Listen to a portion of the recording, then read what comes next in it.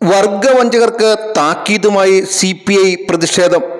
CPIയുടെ സ്ഥാപക നേതാവ് Shri P. കൃഷ്ണപിള്ളയുടെ ജന്മനാട്ടിൽ PS ശ്രീനിവാസനെയും CK വിശ്വനാഥനെയും MK കേശവനെയും പോലുള്ള ത്യാഗതരായ നേതാക്കളും പാർട്ടി അംഗങ്ങളും പ്രവർത്തകരും ജീവൻ നൽകി വളർത്തിയെടുത്ത പ്രസ്ഥാനത്തെ വഞ്ചിച്ചവർക്കുള്ള മറുപടിയാണ് CPI നടത്തിയ പ്രതിഷേധ പ്രകടനവും സമ്മേളനവും.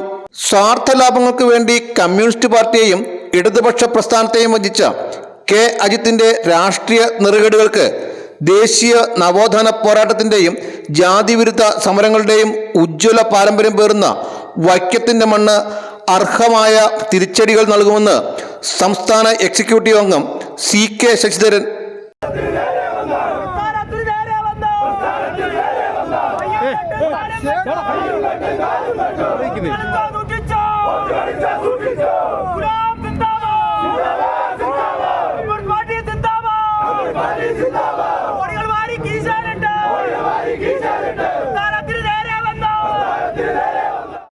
CPI നിയോജക മണ്ഡലം കമ്മിറ്റിയുടെ നേതൃത്വത്തിൽ വൈക്കത്ത് സംഘടിപ്പിച്ച രാഷ്ട്രീയ വിശദീകരണ സമ്മേളനം ഉദ്ഘാടനം ചെയ്ത് സംസാരിക്കുകയായിരുന്നു അദ്ദേഹം. പാർട്ടി കോട്ടയം ജില്ലയിലെയും കേരളത്തിലെയും കമ്മ്യൂണിസ്റ്റ് പാർട്ടിയുടെ നേതൃനിരയിലുള്ള ഒരു ഘടകമാണ്. 1943 സഖാവ് CK വിശ്വനാഥനും PS അടക്കമുള്ള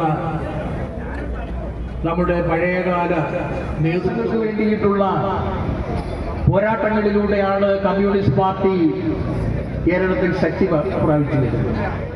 വൈക്കം ബോട്ടിയെട്ട് മൈതാനിയിൽ നടന്ന സമ്മേളനത്തിൽ തലോലപ്പറമ്പ് മണ്ഡലം സെക്രട്ടറി ശ്രീ സാബു P. മണലോടി അധ്യക്ഷത വഹിച്ചു.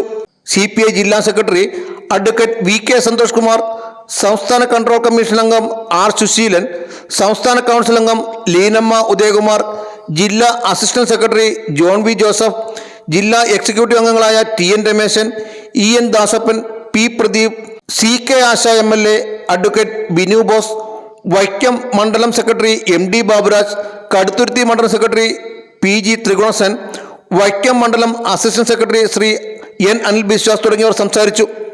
സമ്മേളനത്തിന് മുന്നോടിയായി ഇണ്ടംതുരുത്തി മനയിൽ നിന്നും ആരംഭിച്ച പ്രകടനത്തിൽ 100 കണക്കിന് പ്രവർത്തകർ പങ്കെടുത്തു. പ്രതിഷേധത്തിന്റെ ഭാഗമായി വൈക്കം ബോട്ടിയെട്ട് മൈതാനിയിൽ ശ്രീ K. അജിത്തിന്റെ കോലം AIYF പ്രവർത്തകർ കത്തിച്ചു. Vision news, Vaikom.